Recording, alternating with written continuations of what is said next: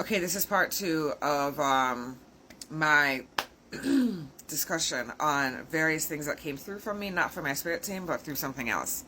Other entities came through. And one of the things was, as far as protecting spiritual practitioners, we need to be protecting genius kids. Because if they control the kids, they control the future. So what it brought up, though, was that show Fringe, and there was a part in later seasons where there was somebody called the Observer, and you find out that there's like a whole bunch of these guys. It was really mostly men, actually. Now that I think about it, there were no female observers. Interesting. That actually makes sense if there's no female observers, because women are tied to empathy and spirit. Not all women, and not women as in gender, femininity, divine feminine, which is energy within.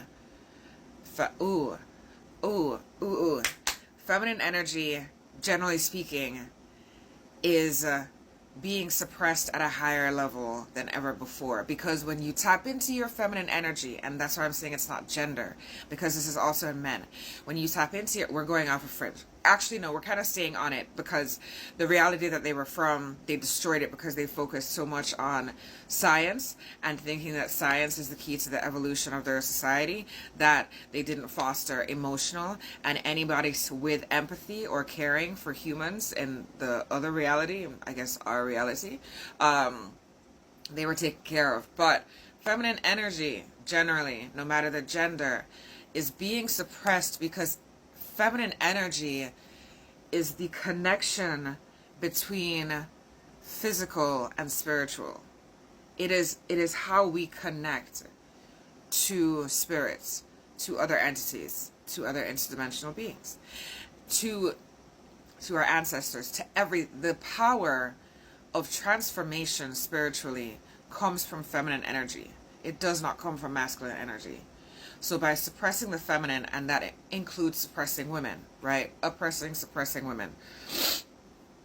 By doing that, it gives, you are stopping, there is so much power, and I think this is why I've been seeing more and more of these dark goddesses. I hate calling them that, but like Hecate, Lilith, other goddesses throughout different pantheons are calling, I would say women, but no, it is beings with tapped in feminine energy.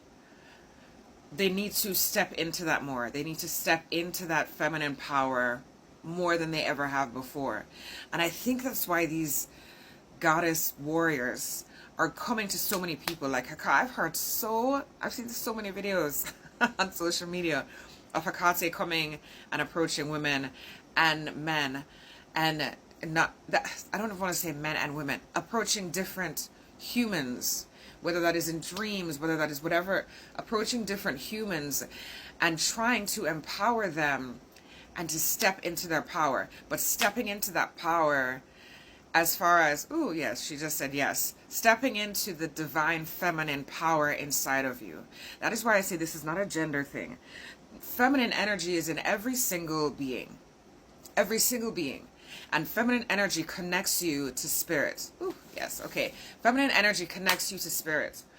And spirit of the land, which ties back into my first video where I talk about how we need to be protecting and working with environmental groups more than ever now.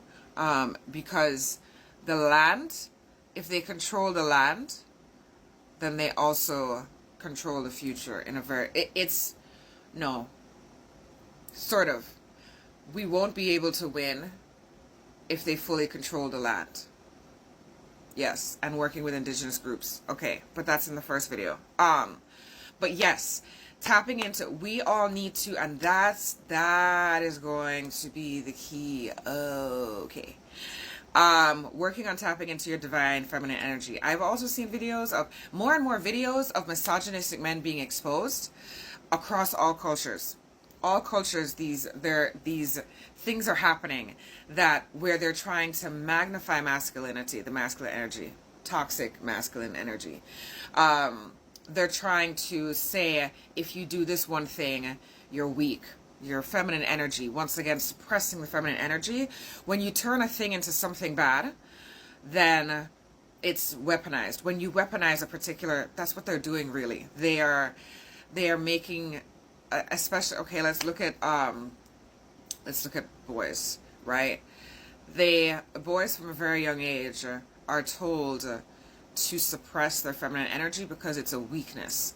If they cry, if they show any emotions other than anger, anger is allowed, which is probably why a lot of things happen as they do. Anything other than anger is seen to be a weakness. If you cry, if you're too emotional, you're seen as weak. You're seen as, it's all seen as feminine. The minute you start using the language of comparing feminine energy to weakness is the minute they really start suppressing feminine energy and the power behind it. If you are not tapping into you cannot expect to be fully powerful and access all the gifts. I don't even want to say it's gifts. It's our divine rights to tap into parts of our brain that allow us to do things that seem supernatural, to allow us to jump timelines, to allow us to speak telepathically, to allow us to read, to allow us to do things that are seen as supernatural but are not really. It's just tapping into energy, frequency in different parts of the brain. But for that, we need to tap into our feminine energy, which requires us first admitting that emotions that we feel are not a weakness. That's a major thing. Mass therapy. We need more therapists as well, please. More therapists and life coaches.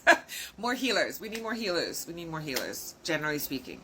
But is admitting that emotions, this is across all genders again, admitting that emotions are not a negative thing and they're a way to process. You also need to learn how to process your feelings, because especially if all you've known, the only thing that you've been allowed to express is anger, then you don't know how to look deeper into what you're actually feeling. So you need to find a way to better process that's a different video, to find a different way to process your emotions so that you can work through it, so that you can find out and start to sift and separate between them and start to connect better to your divine spirit and the power within your divine spirit that's also all around, that's also connected to everything. We need to start really looking into tapping into divine feminine energy, the power behind the feminine energy, because that is what they continuously try to suppress. Misogynists particularly, more and more of them coming out, speaking out, trying to suppress women and control how they think, control how they move, control their bodies and everything like that, is because they are trying to suppress the divine feminine energy.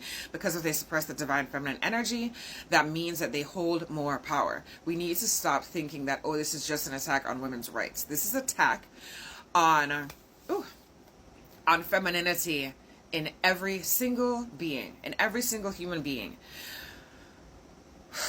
You know, we call Earth Mother Earth. If you separate from Mother, you start dying. And many of us are slowly dying and not even realizing and not even realizing it. We are okay. This is a lot. That's the main thing. I could go on for a little more, but I don't think I'm supposed to. I'm going to cut this off at this point.